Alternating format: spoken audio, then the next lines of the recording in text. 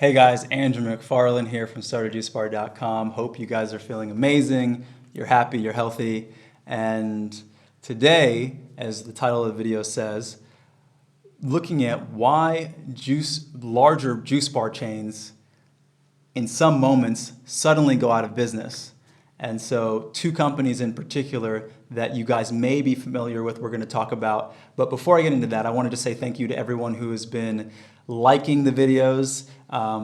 If you haven't yet, you can press that like button, commenting. Always appreciate to hear that the content that we're creating is helpful. And if you want to get the notification, there's a notification bell beneath this video. That way you'll get notified anytime we put out new content. And so moving right along and diving in, why did Juice Served Here, which at one point had, I believe, 15 stores in California, and then Hugo Fresh, which had multiple locations. I don't know exactly how many stores they had. They might have had somewhere between 10 and 15. Why did these two businesses that seem to be thriving and doing really, really well based on their growth suddenly go out of business overnight?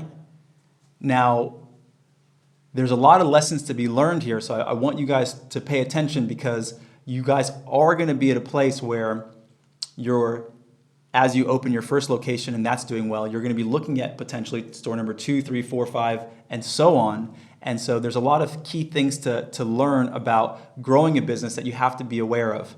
Now, in the world of entrepreneurship, business growth, there are really two strategies that people can take.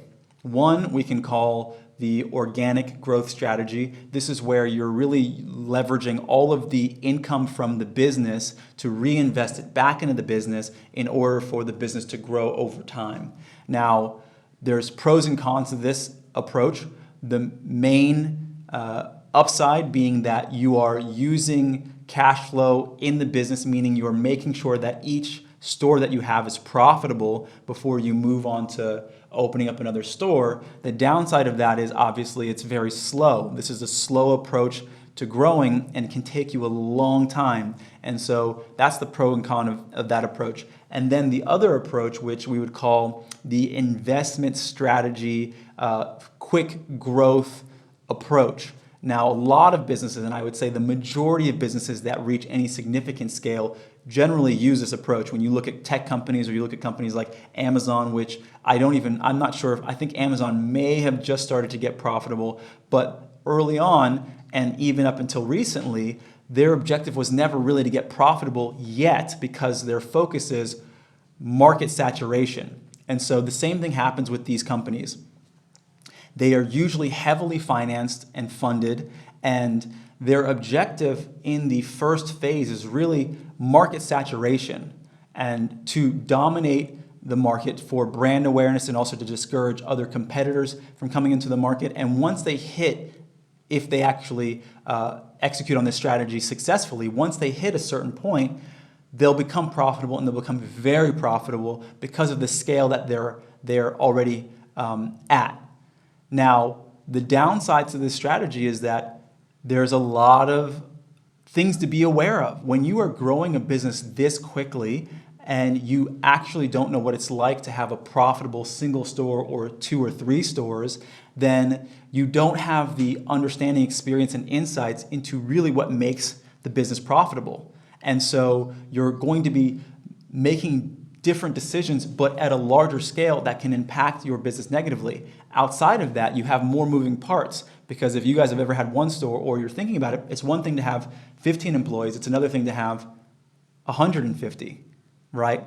Which is what happens when you go from having one store to maybe 10 stores to even more than that. I have people that I'm connected to and close friends of mine, and they've got businesses with thousands of employees. And if you don't grow into this gradually and organically, it can be a shock to the system as an entrepreneur and business owner, and sometimes you can collapse under the pressure of the multitude of variables that are going on. And so in a lot of ways, I just want to share that in this conversation, many of the things that I'm sharing about these companies are somewhat speculative, but coming from my experience of understanding how these businesses work and grow. And some of the things that even the owner of Hugo Fresh mentioned is that he just didn't have the experience. He didn't have the business experience to grow a company that fast. And there's a lot more to it when you get to certain scales. And another thing that I'll mention is when you're growing a company rapidly like that and you don't have a strong foundation or base, then it can be hard to have a strong culture within your business, because a lot of the reasons that people grow these businesses that fast is really for the money. And so you don't attract employees who really believe in your vision, that are going to be with you long term, because the mission of your company is more than just making money. The people who are there are for the money. They're in it for the money. Everybody's in it for the money. And over time, if you can't scale a business like this that rapidly and quickly, then things collapse, because the chaos just expands with every store that you open, because you don't have a perfect model. And so what I normally see is that juice bar entrepreneurs and entrepreneurs as a whole either have one of two philosophies. The one philosophy is, oh, I'll never take investment capital. I'll only grow a business with my own money. The other philosophy is, I'm looking for investment. I want to raise $10 million for my first 10 stores, and I just want to out of the gate launch and just come out with aggression and just take up so much space really, really quickly. And my philosophy, it's not to say that my perspective is perfect, it's just a personal offering and perspective, because if you can execute on any of those philosophies successfully, then it will work for you. But if you can't, then obviously it doesn't work. But my recommendation is you take a hybrid approach, where in the first few locations, first store, second store, third store, take it slow, perfect the model, build your culture, understand your product, where your margins are, what people gravitate towards, really, really perfect it, and then look into, if you want to grow your store into 10, 20, 30, 40 stores or more, then at that stage, once you have a perfect model to duplicate, then you can move on. Otherwise, you start expanding the chaos and you're trying to figure it out in the process, and you may or may not, but you're also very vulnerable because you have a lot of financial liabilities. I see people who are in a place where, and this happens often, they're talking to me about franchising their business, or they're opening up a second store, and they haven't even gotten their core team down in their first store.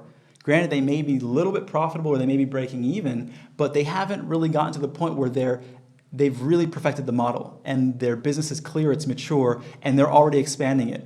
And so for me, in my experience, that's a recipe for disaster, because you're only going to grow into places where you're having more problems. And so I hope that this gives you guys a little bit of insight. Another thing that I want to say before we end this video is that sometimes there is a misconception that people have about businesses that seem large. When you see a juice company that may be in your environment and they've got 10 stores, 15 stores, because they've got significant investment and their stores look beautiful, their branding is great, everything looks great, you're just assuming that this company is successful. But the reality is, what makes a successful business is a company that has positive cash flow, because that's sustainable and you can use that to grow. And so don't have the misconception that just because somebody's business looks large, that it's doing well. And we see that even in people's personal lives. You know people who might present themselves one way, but it doesn't mean that they have money. It doesn't mean that they're doing well. It's because that's the way the business seems on the surface. And so hopefully that gives you guys confidence to realize what really matters in your business, as opposed to having what we would say sometimes are like vanity metrics. Having 10 stores is a vanity metric if those 10 stores don't make money. And so be strategic in your unfoldment. Don't get too dogmatic in having one philosophy or another. Realize what you need to utilize at every phase of your business, because you are going to be presented with different things that you need to focus on as you expand your business, whether that's through franchising or opening up more stores and taking on investment capital, so on and so forth.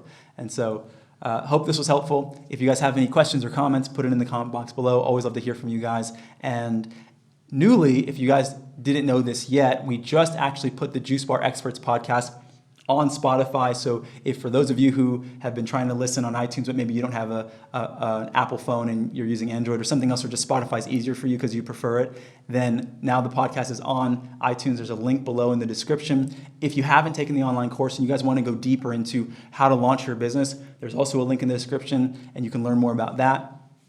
As always, wishing you guys well, and I'll see you guys at the next episode.